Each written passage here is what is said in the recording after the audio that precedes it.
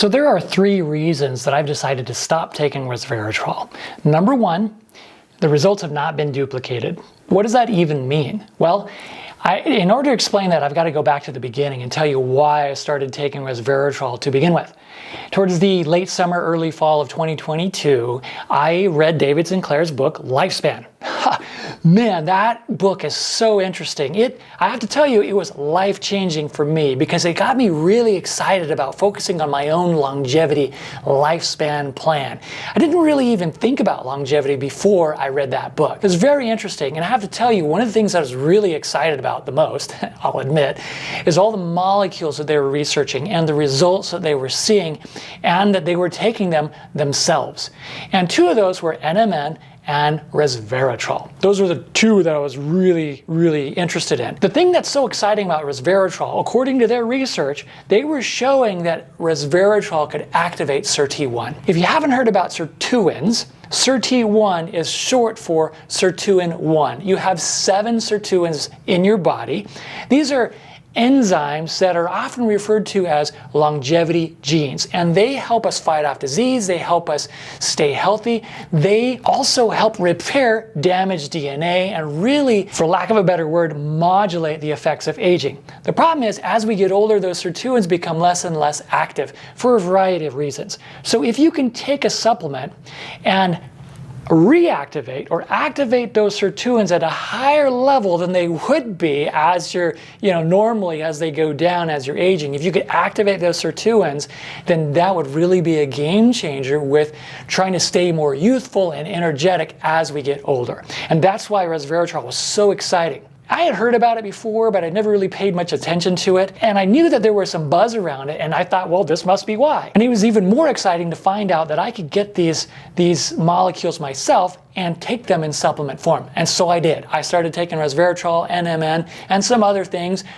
every day. I was taking resveratrol every single day, about 500 milligrams to 1 gram per day, and I was taking it in yogurt, the whole thing. As I went on, I started to hear more about the controversy that's around it, and at first I would just brush that off and say, oh, there's always hype. Always controversy about something that's really exciting that could show some very promising results. Then I started hearing about many other studies that were being done that were showing that sirtuin actually wasn't activating SIRT1. And David Sinclair's response was, well, actually, and I'm paraphrasing, of course, well, actually, we had that problem too. And it wasn't until we realized that we needed to offer resveratrol along with a source of fat that we saw the result. That's a perfectly good explanation and made sense to me. And I've seen some of those studies, and you could plainly see they were not using fat. That makes sense. So I kind of brushed that aside and kept on going. Well, there was always a little bit of a question mark in my mind that kind of recently came back, and that was, well, a regular person like me, if I can understand that reasoning, what about these super smart PhD researchers? Couldn't they say, okay, well, we'll try it again with a source of fat and see? And year after year after year, study after study that's been done on resveratrol, there is still controversy, there's still question. They've not been able to show that repeatedly, over and over again, consistently, that resveratrol actually does activate SIRT1. Now, it does seem like there are a lot of positive benefits to taking resveratrol that have nothing to do with activating SIRT1. But that's not why I started taking it. I started taking it because it was exciting to learn that it could activate SIRT1. But now it seems that maybe that's not the case, and I hope that I'm wrong. If I'm wrong, if I'm missing something, if there are other studies out there, independent of Dr. Sinclair and his team at Harvard, that are showing that resveratrol actually does activate SIRT1, I want to see them. And if I'm wrong, please put that in the comments below. And just saying you're wrong, that's not very helpful. But if you could say, hey, you know what? You're missing this. Here's a study here, here's a study there that does show that resveratrol activates SIRT1. That would be awesome. I'd love to see it. So that in and of itself was kind of like, had me kind of questioning, had me thinking, I wonder if I should continue to do this. Then more recently, I started hearing about studies that were showing that resveratrol could actually blunt the effects of exercise. Now, to what degree, I don't know, and how consistently, I don't know. But again, that's another question mark for me. Right now, two of the things that I'm focusing on the most for my own health span plan is to increase my VO2 max and increase my strength and muscle mass. And you know what? I have to tell you, now in my early 50s, it's much harder to make progress in those areas than it was in my 20 years ago in my early 30s. It just is. So I do take supplements to try to help. Now, obviously, your own consistent effort, getting good sleep, and good diet, those are the most important things. But if you could take a supplement that help even just a little bit, to me, it's worth it. And the reverse is also true. If I'm taking a supplement that is, detrimental or inhibiting that even just a little bit, that's a reason for me to say, maybe I should put a pause on this until I can get a better understanding of the potential effects one way or the other. So for those two reasons, I've decided to just press the pause button on resveratrol until I have a better understanding for myself, one way or the other. Are the benefits outside of activating SIRT1? Well, one, does it actually activate SIRT1? And if not, are there other benefits that really make it worth taking regardless? The other question is, well, if it does blunt exercise, how much, to what degree, is it really something to be concerned about? These are question marks that in my mind, that I need to feel more comfortable about. Now, on the other side of things, I have to tell you, it's been pretty confusing. Because there's a lot of people that I learn from, look up to, and follow that are taking resveratrol, have been taking resveratrol for years, and swear by it. So it's hard for me to reconcile those, but it just, it just causes more question marks in my mind, and it's a little bit confusing. Now, I mentioned there are 3 reasons.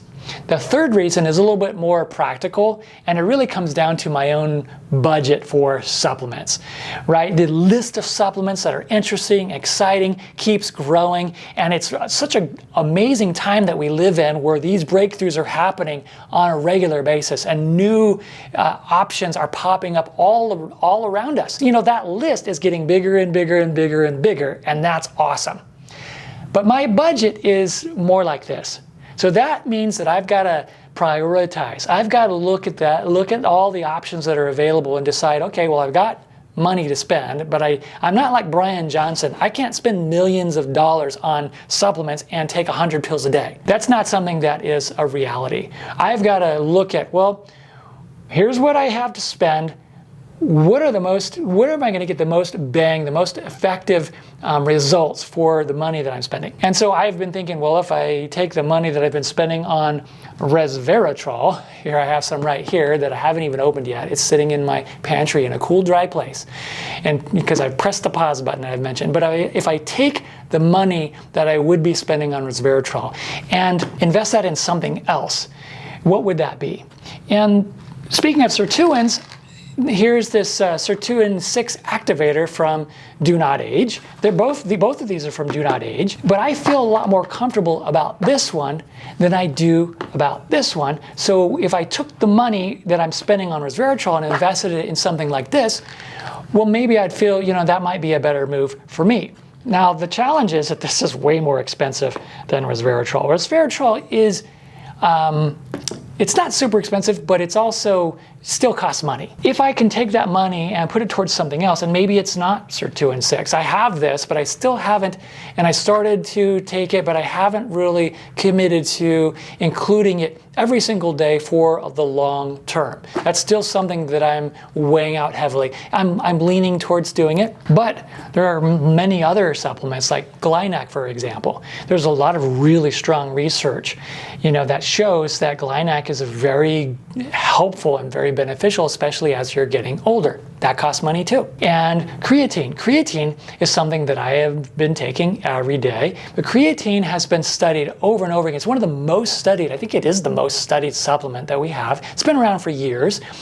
But those studies have been showing consistently, study after study after study. And it doesn't matter which university does the study. It doesn't matter which company or group or organization is doing the study. The studies have been consistent. Time and time and time again, they're showing the positive benefits of creatine. That's one that I do take every single day. So you see where I'm going with this. So I have these question marks surrounding resveratrol. My confidence in resveratrol has kind of gone down a little bit. And at the same time, it's like, wow, all these other exciting things that I can consider that have stronger science.